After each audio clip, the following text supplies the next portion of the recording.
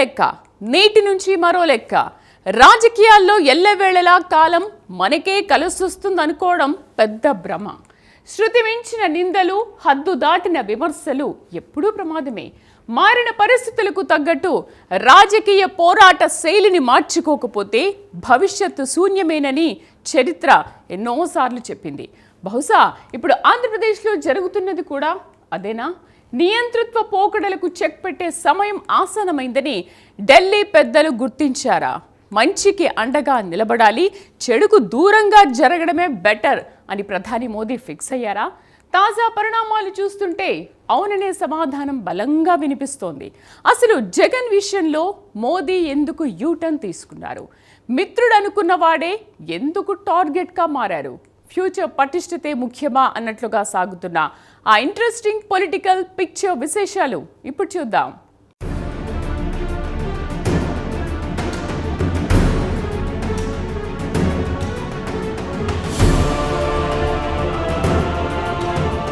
రాజకీయాల్లో శాశ్వత మిత్రులు, శాశ్వత శత్రువులు ఉండరని మరోసారి రుజువవుతోంది. నిన్నటి వరకు ఒక లెక్క, నేటి నుంచి మరో లెక్క అనే మాట ఇప్పుడు గల్లీ నుంచి ఢిల్లీ వరకు బలంగా వినిపిస్తోంది. ముఖ్యంగా ప్రధాని మోదీ మాజీ సీఎం జగన్మోహన్ రెడ్డి విషయంలో తీసుకున్న తాజా వైఖరి ఏపీ రాజకీయాల్లో అనూహ్య మార్పులకు నాంది పలికింది. ఇన్నాళ్లు మౌనంగా ఉన్న కేంద్రం ఇప్పుడు ఒక్కసారిగా స్వరం పెంచి జగన్ను టార్గెట్ చేయమని సొంత పార్టీ శ్రేణులకు పిలుపునివ్వడం పెను సంచలనంగా మారింది.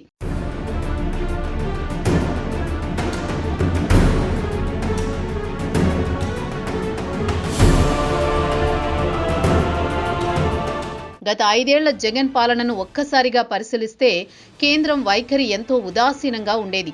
నాటి ప్రతిపక్ష నేతలను, కార్యకర్తలను ఇబ్బంది పెట్టినా, సోషల్ మీడియాలో అసభ్యకరమైన పోస్టులతో విరుచుకుపడినా కేంద్రంలోని బీజేపీ పెద్దలు ఏనాడూ పల్లెత్తు మాట అనలేదు. చివరకు బాబాయ్ వివేకా హత్య కేసులో సీబీఐ వంటి కేంద్ర దర్యాప్తు సంస్థలనే జగన్ ప్రభుత్వం సవాల్ చేసినా, అధికారులను ఇబ్బంది పెట్టినా ప్రధాని మౌనంగానే ఉండిపోయారు. కానీ ఇప్పుడు ఆ మౌనం వీడి నేరుగా జగన్ను, ఆయన పార్టీ సోషల్ మీడియా ప్రచారాన్ని ఢీకొట్టాలని ప్రధాని ఆదేశించడం వెనుక బలమైన రాజకీయ కారణాలే కనిపిస్తున్నాయి.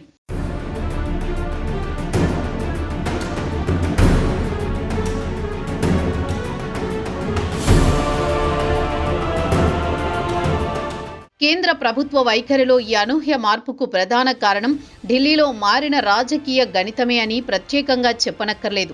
మొన్నటి ఎన్నికల్లో టీడీపీ పార్టీ సాధించిన 16 ఎంపీ సీట్లు కేంద్రంలో ఎన్డీఏ కూటమికి ప్రాణవాయువులా మారాయి.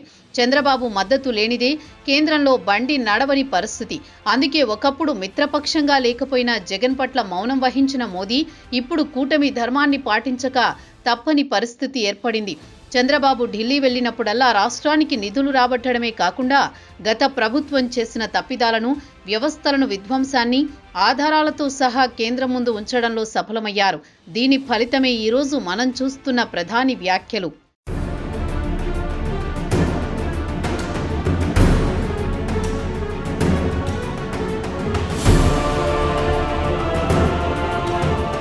మనం ఇక్కడ మరో కీలక విషయాన్ని విస్మరించకూడదు. ఎన్డీఏ కూటమిలో చంద్రబాబుది వ్యూహమైతే పవన్ కళ్యాణ్ది ఆకర్షణ. ప్రధాని మోదీకిది ఇప్పుడు పవన్ కళ్యాణ్పై రెట్టింపు నమ్మకం ఏర్పడింది. దీనికి కారణం రాబోయే రోజుల్లో జరగనున్న పశ్చిమ బెంగాల్, తమిళనాడు అసెంబ్లీ ఎన్నికలే అని ఢిల్లీ వర్గాల సమాచారం. ఇప్పటికే సనాతన ధర్మం విషయంలో పవన్ తీసుకున్న స్టాండ్ జాతీయ స్థాయిలో ప్రకంపనలు సృష్టించింది.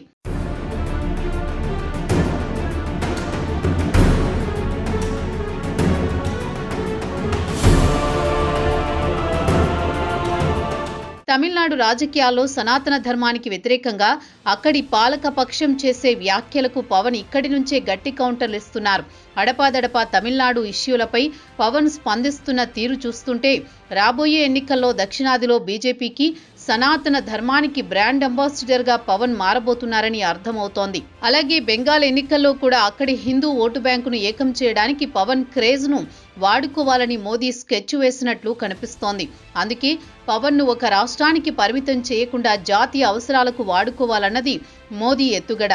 ఇలాంటి కీలక నేతను ఇబ్బంది పెట్టిన గత వైసీపీ ప్రభుత్వంపై మోదీ సానుకూలత ఎలా ఉంటుంది? అందుకే పవన్ మాటే ఇప్పుడు మోదీకి వేదవాక్కుగా మారింది.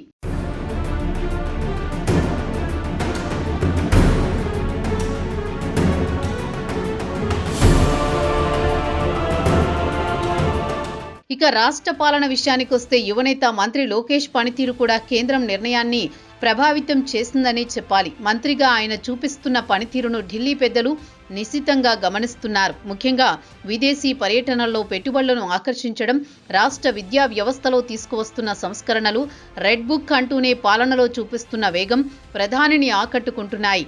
లోకేష్ శాఖల పనితీరుపై, రాష్ట్రంలో జరుగుతున్న అభివృద్ధిపై ఎప్పటికప్పుడు కేంద్రానికి నివేదికలు వెళుతున్నాయి. ఏపీలో పాలన గాడిలో పడింది, పెట్టుబడులు వస్తున్నాయి, యువ నాయకత్వం బలంగా ఉందని రిపోర్ట్ వచ్చాకని మోదీ ధైర్యంగా వైసీపీపై డైరెక్ట్ అటాక్కు దిగారని గుసగుసలు వినిపిస్తున్నాయి. అంటే ఇటు చంద్రబాబు అనుభవం, అటు పవన్ కళ్యాణ్ ఆకర్షణ, మరోవైపు లోకేష్ సమర్థత, ఈ మూడు కలగలిపి రాష్ట్రంలో కూటమి బలంగా నిలబెట్టాయి.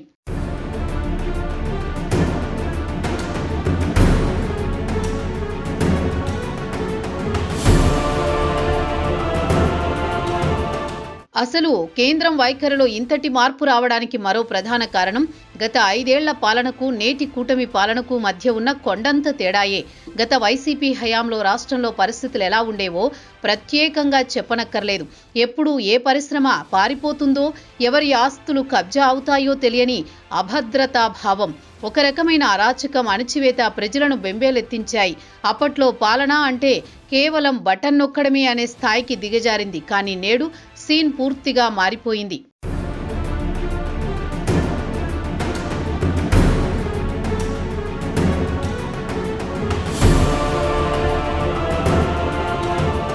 కూటమి ప్రభుత్వం అధికారంలోకి వచ్చాక అభివృద్ధి, సంక్షేమం అనే రెండు కళ్లపైనే ప్రధానంగా దృష్టి సారించింది.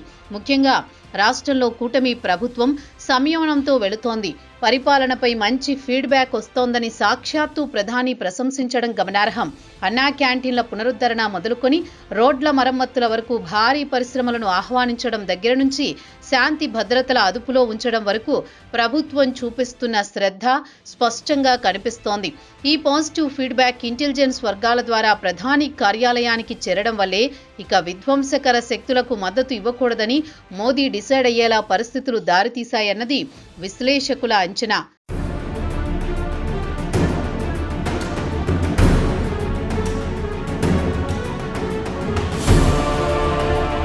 పాలన బాగుందని మెచ్చుకోవడంతోనే మోదీ ఆగలేదు. ప్రధాని ఎంపీలతో సంభాషించిన అంతర్గత సమావేశంలో ప్రత్యేకంగా వైసీపీ సోషల్ మీడియా గురించి ప్రస్తావించడం చాలా ఆసక్తికరమైన అంశం.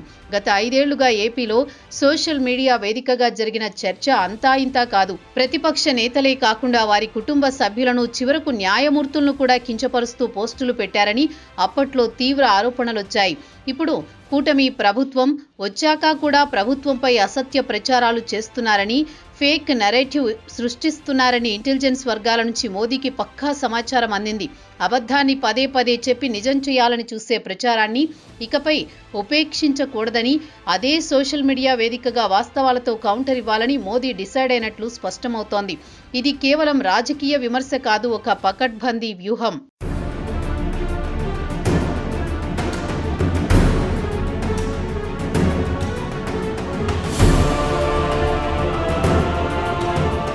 అన్నింటికంటే ముఖ్యం చర్చించుకోవాల్సింది జగన్మోహన్ రెడ్డికి ఇన్నాళ్లుగా ఉన్నట్టు భావిస్తున్న అదృశ్య రక్షణ కవచం గురించి. గతంలో ఎన్ని ఆరోపణలు వచ్చినా, సొంత చెల్లి షర్మిల ఢిల్లీ వీధుల్లో పోరాటం చేసినా కేంద్రం పెద్దగా పట్టించుకోలేదు. దీంతో జగన్కు కేంద్రం అండదండలున్నాయనే వాదన ప్రజల్లో బలంగా నాటుకుపోయింది. కానీ తాజా పరిణామాలు చూస్తుంటే ఆ రక్షణ కవచం పూర్తిగా తొలగిపోయినట్టే కనిపిస్తోంది.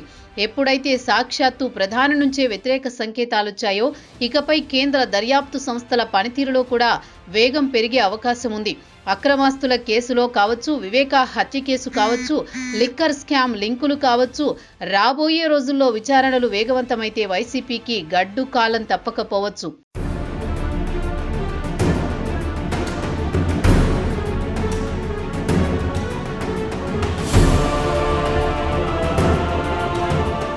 మరో కోణం ఆలోచిస్తే ఇది బీజేపీ దీర్ఘకాలిక వ్యూహంలో భాగమని కూడా రాజకీయ విశ్లేషకులు భావిస్తున్నారు. ఆంధ్రప్రదేశ్లో కాంగ్రెస్ పార్టీ కనుమరుగైన తర్వాత ఆ ఓటు బ్యాంకును వైసీపీ తన వైపు తిప్పుకుంది. ఇప్పుడు వైసీపీ తప్పిదాలతో ఆ పార్టీని రాజకీయంగా, నైతికంగా దెబ్బతీయడానికి ఇదే ఛాన్స్. జగన్ గ్రాఫ్ పడిపోతే ఆ ఆల్టర్నేటివ్ స్పేస్లో బీజేపీకి కూడా అవకాశం ఉంటుంది. కూటమిలో ఉంటూనే మిత్రధర్మాన్ని పాటిస్తూనే ఇటు పార్టీ విస్తరణకు బీజేపీ స్కెచ్ వేసిందన్నది ఢిల్లీ వర్గాల టాక్.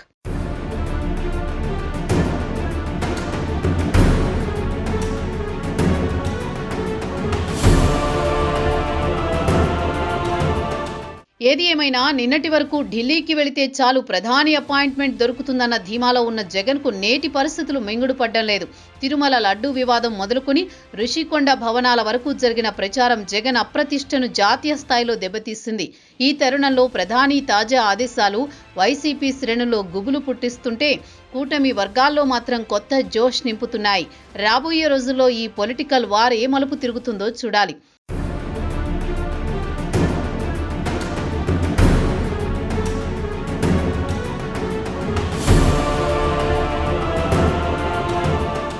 ఇప్పుడు అందరి మెదళ్లలో మెదులుతున్న ప్రశ్న ఒక్కటే, మోదీ డైరెక్ట్గా వార్ డిక్లేర్ చేశాక వైసీపీ స్టాండ్ ఎలా ఉండబోతోంది? నిజానికి ఇన్నాళ్లు జగన్ ధైర్యం ఢిల్లీనే, రాష్ట్రంలో అధికారం పోయినా కేంద్రం అండతో నెట్టుకురావచ్చని భావించారు. కానీ ఇప్పుడు మోదీ ఇచ్చిన తాజా హింటుతో వైసీపీకి దిక్కుతోచని పరిస్థితి ఏర్పడింది. ఒకవేళ మోదీని బీజేపీని ఎదిరించి పోరాటం చేద్దామా అంటే ఇప్పటికే నెత్తిమీద కత్తిలా వేలాడుతున్న సిబిఐ, ఈడీ కేసులు ఎప్పుడు ఎలా విరుచుకుపడతాయోనన్న భయం వెంటాడుతోంది. పోనీ మౌనంగా ఉందామా అంటే ఇప్పటికే డీలా పడ్డ క్యాడర్ మరింత నిరాశలోకి వెళ్లిపోయే ప్రమాదం ఉంది.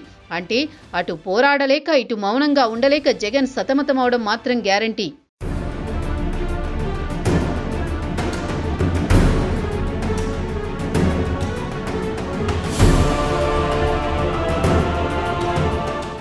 రాబోయే రోజుల్లో వైసీపీ స్ట్రాటజీ పూర్తిగా మారే అవకాశం కూడా లేకపోలేదు. ఇన్నాళ్లు బీజేపీకి మిత్రపక్షంలా వ్యవహరించిన వైసీపీ ఇకపై బాహాటంగానే బీజేపీని విమర్శించే రోజులు దగ్గరలో ఉన్నాయి. ఇప్పటికే ఆ పార్టీ సోషల్ మీడియా వింగ్ బీజేపీని కూడా టార్గెట్ చేయడం మొదలుపెట్టింది. అంటే బీజేపీకి స్నేహం కట్ అయినట్లే అని జగన్ ముందుగా ఫిక్స్ అయ్యారు. అయితే ఇది వైసీపీకి ఆత్మహత్య సదృశ్యమే అవుతుందని విశ్లేషకులు అంటున్నారు. కేంద్రంతో పెట్టుకుని రాష్ట్రంలో బలమైన కూటమిని ఎదుర్కోవడం జగన్ వల్ల అయ్యే పని కాదన్నది వాస్తవం. మొత్తానికి మోదీ ఒక్క మాటతో ఏపీ రాజకీయాల్లో వైసీపీని కార్నర్ చేసేశారు. ఇది ఆ పార్టీకి చావో రేవో లాంటి పరిస్థితి. మరి జగన్ ఈ పద్మ వ్యూహం నుంచి ఎలా బయటపడతారో, అసలు బయట పడగలరో లేరో అనేది కాలమే నిర్ణయించాలి.